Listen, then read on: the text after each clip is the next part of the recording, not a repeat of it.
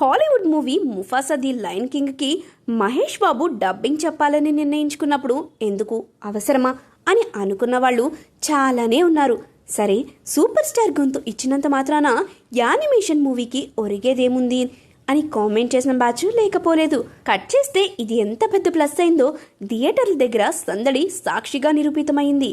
ఒక ఉదాహరణ చూద్దాం. ప్రసాద్ మల్టీప్లెక్స్ పిఎస్ఎక్స్ స్క్రీన్ కు 2 తెలుగు షోలు ఇచ్చారు. అవి కనుక ఫుల్ కాకపోతే ఇంగ్లీష్ కాదని ఇవి వేయడం వల్ల ఇలా జరిగిందని డిస్ట్రిబ్యూటర్లే నిందిస్తాడు. ఇది యాజమాన్యానికి కొంచెం ఇబ్బందే. తీరా చూస్తే ఇంగ్లీష్ కన్నా వేగంగా తెలుగు వెర్షన్ టికెట్లే త్వరగా అమ్ముడుకుపోయాయి. ఇవాళ ఉదయం సుదర్శన్ 35mm దగ్గర పెద్ద కటౌట్ బ్యానర్లు హోర్డింగ్లతో అభిమానులు చేసిన హంగామా అంతా ఇంత కాదు. ఏదో మహేష్ బాబే ముఫాసాలో నటించిన రేంజ్లో సింహం బొమ్మకు ఘన స్వాగతం పలికారు ఫ్యాన్స్. హైదరాబాద్లో మాత్రమే కాదు, ఏపీ తెలంగాణ మెయిన్ సెంటర్స్లో చాలా చోట్ల టికెట్లు త్వరగా బుక్ కావడానికి కారణం మహేష్ బాబే అవుతున్నాడు. మామూలుగా లయన్ కింగ్ బ్రాండ్కు క్రేజ్ ఎక్కువ. దానికి ఈసారి గుంటూరు కారం రమణగాడు తోడవడంతో ఓపెనింగ్స్ అదిరిపోయేలా ఉన్నాయి.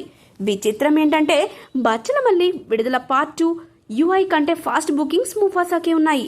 చిన్నపిల్లల సినిమా అని పేరే కానీ పెద్దలు సైతం మెగుపడుతున్న వైనం కనిపిస్తుంది. రాజమౌళి SSMB 29 రావడానికి ఎంత లేదన్నా 2 ఏళ్లకు పైగా పడుతుంది. కాబట్టి అప్పటిదాకా వచ్చే గ్యాప్ని కొంతైనా పూడ్చుకునేందుకు ఫ్యాన్స్ ముఫాసాకు పోటెత్తుతున్నారు. ప్రీమియర్ టాక్స్ పాజిటివ్గానే ఉన్నాయి. మరి ఎక్స్ట్రాడినరీ అనడం లేదు కానీ మంచి థియేటర్, సౌండ్ సిస్టమ్, 3D ఉన్న చోట మాత్రం ఎంత మాత్రం నిరాశపరచదని అంటున్నారు. ఇండియా వైడ్ 200 కోట్ల గ్రాస్ని ఆశిస్తున్నారు.